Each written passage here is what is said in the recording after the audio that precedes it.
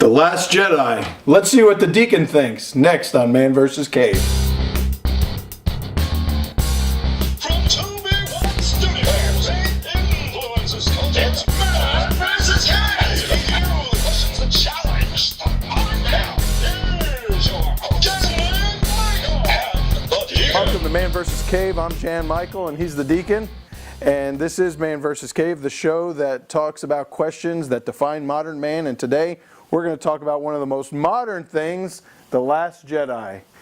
Deacon and I had a chance to take that in this week, and the first premiere I've ever been to of any movie was The Last Jedi. And you and I got a chance to go with a couple of buddies, and you actually got a chance to bring some family, and we got to watch The Last Jedi here. And what'd you think? Well, I was grateful for the opportunity. I thought the theater would be packed, but it wasn't. It wasn't nearly the crowd that I thought it would be.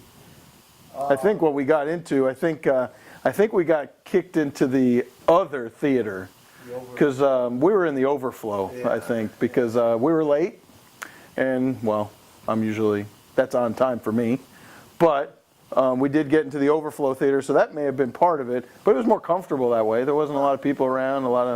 Just fine. A lot of people making noise. Yeah, of course. This is number 8. Lucasfilm's been cranking these things out for a while. Since '77. That was before I graced this planet with my presence. And this film kind of touched base on a lot of past events and past people.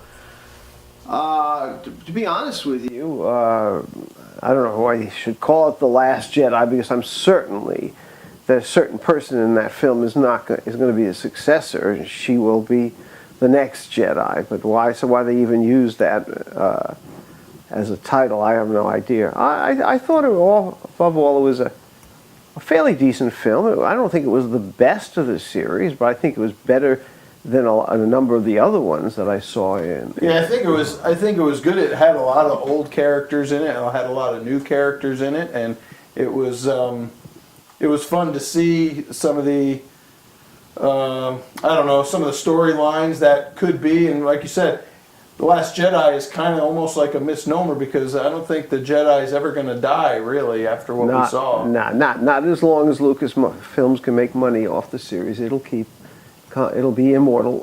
Yeah, it will. But it was good. It was good. If anything, the criticism I might have of it is there was a little bit too tongue-in-cheek along the way. It was almost like a mild cartoon version of Star Wars. So. I think that's a little influence from the mouse.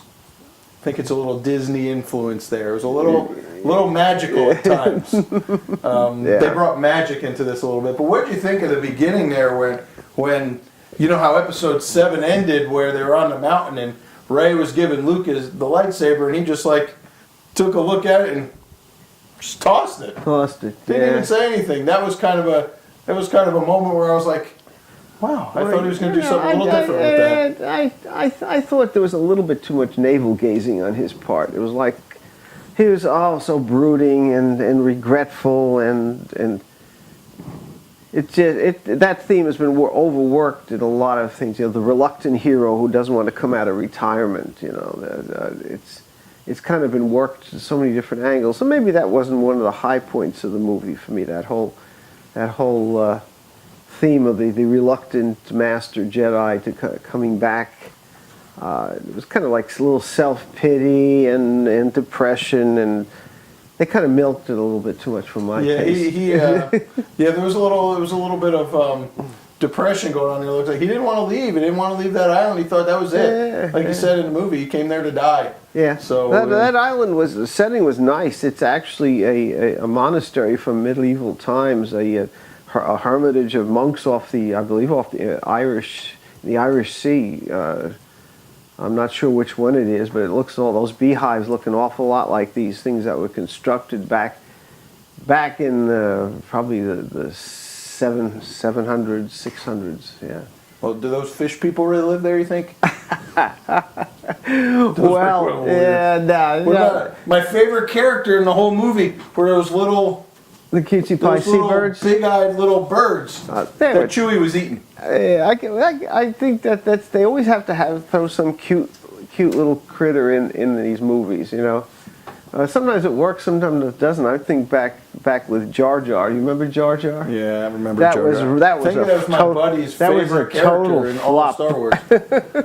I think it was his favorite character in all the Star Wars films was Jar Jar Binks. He could have made it. He could have made his presence felt there, but I think it would have been just rehashing some old Because- things that weren't good to begin with. Yeah, there was a little nostalgia, especially looking at the former princess now a general, renamed general. So Yeah. Yeah, I think in all, I mean, it was a good time. It was a good night out. I mean, I think I would say it was a better than average movie. I enjoyed it. It was a pretty long movie, but it went fast enough. I didn't find myself being bored at all. Okay, so the ending. What'd you think of the ending? The ending is a setup for the next series. next The 12? next episode. Or Who at least the knows? next- I mean, yeah, obviously it's like I like that little vignette shot at the end where they're all down to the original characters. It's like the little band that the whole thing started up with after all these thousands of extras are exterminated in the Resistance. So they'll come back. And maybe at the end the Resistance will be terminated. Who knows? But it'll make a good series. So I have two questions before we finish. Yeah. One, is Kylo Ren one of the best villains you've seen in Star Wars? I think it was pretty nasty. Yeah. Okay, I think he had a cool voice. And two, since I like donuts, how many would you give it? How many out of 5 donuts, 5 being the best? 3.5. You got to always do a half a donut because you're always going to eat a part of a donut. Yeah. Well, I'm glad I got a chance to go. I'm glad you enjoyed it. And I'm going to let everybody know in one of our next episodes what I think of the movie. And Well, I can hardly wait. most of our audience can, all 6 of them. All right, so that's all we got today for Man vs. Cave. Thanks for joining us. Make sure you go to our YouTube page and subscribe to our channel.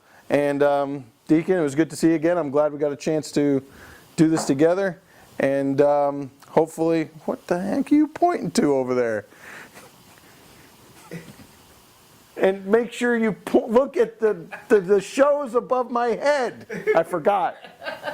Hey, you never lined it up. Thanks. Yeah, every time I point, I'm pointing the wrong way. But if I remember right, it's over here. Right? It's here. Okay, good. It's there. See ya.